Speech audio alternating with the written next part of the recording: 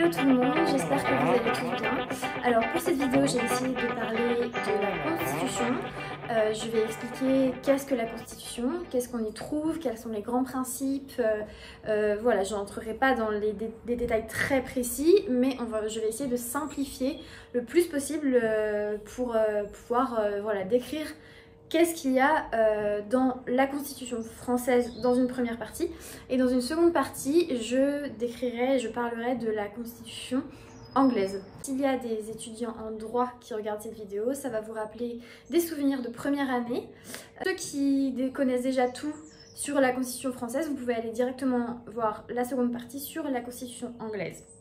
Pour la France, la Constitution actuelle, elle date du 4 octobre 1958 et c'est la Constitution de la 5e République. Donc on est actuellement sous la 5e République et c'est la 5e République parce que c'est la 5e Constitution pour une République en France. Alors je vais commencer par la base de qu'est-ce qu'une Constitution dans n'importe quel pays. Donc la Constitution, c'est la norme qui est la plus haute dans la pyramide des normes. Donc c'est-à-dire que dans un pays, dans tout pays, il y a des lois, des règlements, des règles qu'il faut suivre et la Constitution, ça va être celle qui est tout en haut de toutes les normes possibles. Donc c'est la norme suprême et donc toutes celles qui sont en dessous vont devoir être conformes à la Constitution. Ça fait 61 ans qu'on est sous la 5e République et donc la Constitution de la 5e République est l'une des plus stables qu'on ait eues en France. Alors à quoi ça sert une constitution? Une constitution, ça va permettre de donner une légitimité à ceux qui gouvernent un pays, puisque en fait la constitution va être un texte qui va donner le pouvoir à ceux qui vont nous gouverner, nous diriger. La constitution, c'est aussi un élément qui permet de stabiliser un pays, parce que ces règles-là, on va essayer de les inscrire dans le temps, on va essayer de ne pas les modifier comme on pourrait modifier une loi normale, donc une loi ordinaire. Donc on va essayer de stabiliser le pays en stabilisant une constitution pour que les règles qui concernent les institutions d'un pays ne changent pas du jour au lendemain et qu'on puisse s'habituer à un système qui soit stable. Et chaque pays va trouver une stabilité et un ordre qui lui sera propre. Je vais vous faire des schémas. J'ai préparé des petits schémas qui seront beaucoup plus simples à comprendre que si j'expliquais comme ça tout à l'oral.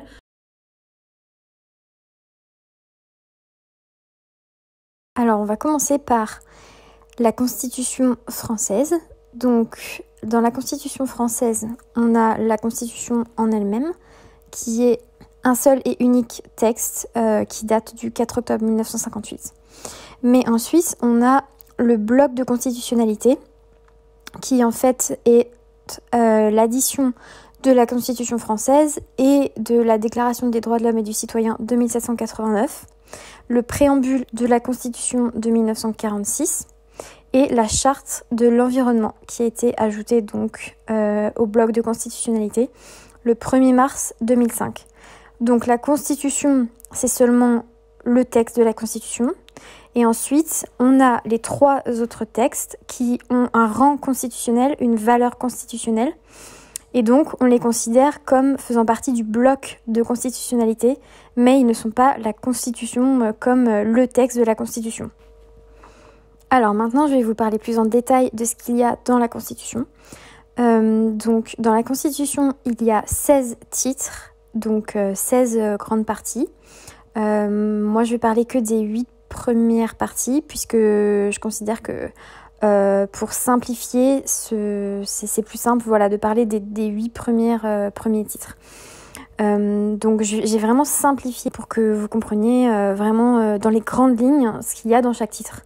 Donc le titre 1, il parle de la souveraineté.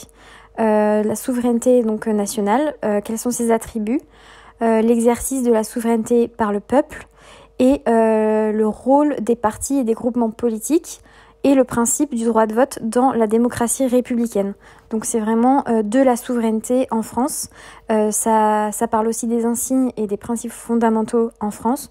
Au niveau des insignes, on va avoir le drapeau, l'hymne national. Donc voilà, ça c'est vraiment le titre 1. Ensuite, le titre 2, c'est sur le président de la République. Donc l'élection, son élection, ses fonctions, ses pouvoirs, ses droits, ses devoirs. Dans l'article 6 du titre 2, c'est le mode d'élection du président, au suffrage universel direct. On va aussi parler dans l'article 16 de ses pouvoirs exceptionnels, en cas de menace grave de la République, sous contrôle du Parlement et du Conseil constitutionnel. Voilà, donc en fait, tout ce qui est lié aux fonctions du chef de l'État va être inscrit dans le titre 2. Ensuite, dans le titre 3, ça va être tout ce qui est lié au gouvernement, les fonctions du gouvernement, les attributions du gouvernement dans l'article 20 du titre 3. Et dans l'article 21, ça va être vraiment sur les pouvoirs du Premier ministre, qui est le chef du gouvernement. Ensuite, dans le titre 4, on va vraiment se focaliser sur le Parlement, sur la composition du Parlement, les fonctions de l'Assemblée nationale et du Sénat, donc en quoi elles sont distinctes. Dans le titre 5, on va avoir les rapports entre le Parlement et le gouvernement.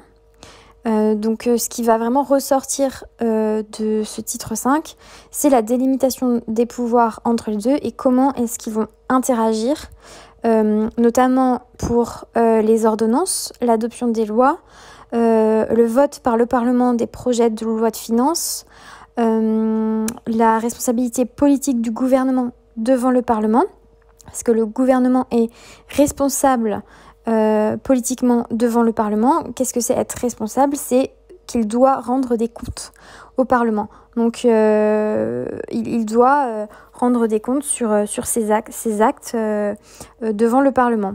Ensuite, dans le titre 6, les articles 52 à 55 de la Constitution, va traiter des traités et des accords internationaux. Donc là, ça va vraiment être sur les modalités de négociation et de ratification des traités.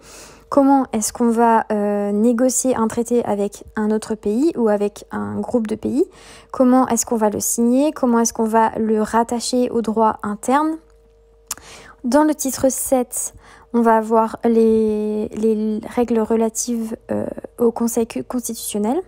Donc, le Conseil constitutionnel, c'est vraiment le gardien de la Constitution et ils vont pouvoir évaluer si une loi est conforme à la Constitution, puisque si une loi n'est pas conforme à la Constitution, elle n'est pas censée exister, puisque, comme je vous l'ai déjà dit, la Constitution est la norme suprême.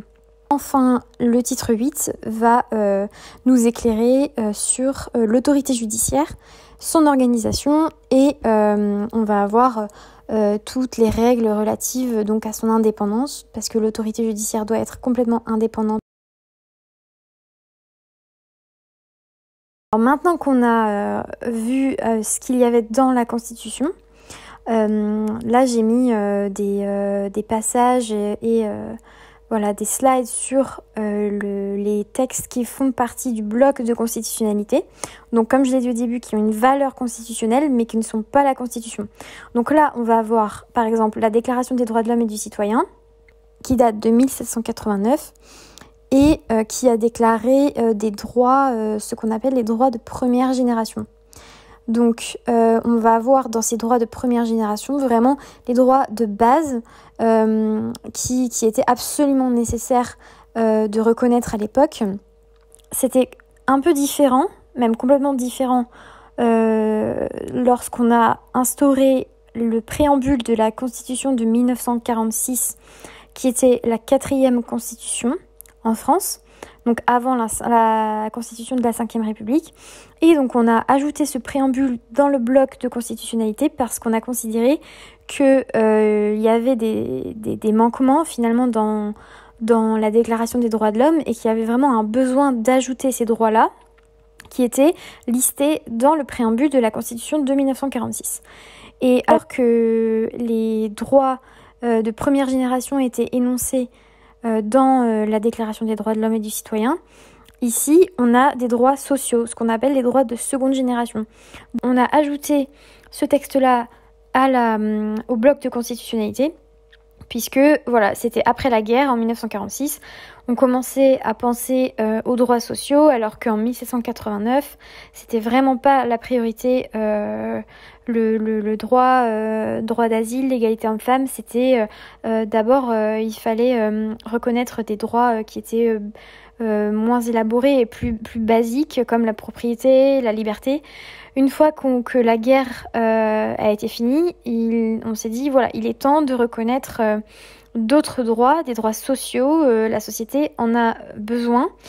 J'ai fait un espèce d'escalier où vous pouvez voir l'évolution. Donc les droits de première génération avec la DDHC en 1789. On a ensuite le préambule de la Constitution de 1946.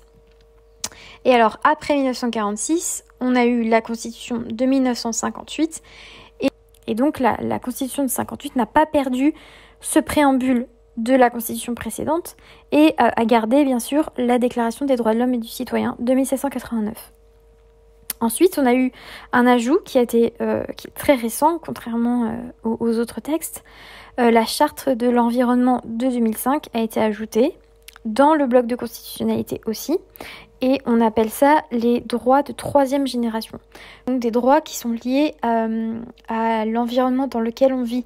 Donc par exemple, tout le monde a le droit de vivre dans un environnement qui est respectueux de la santé. L'article 2 va mentionner que toute personne a le devoir de prendre part à la préservation et à l'amélioration de l'environnement. Donc voilà, je pense que vous avez compris le principe. Dans ces droits de troisième génération, voilà, ça évolue en même temps que la société évolue et les besoins de la société.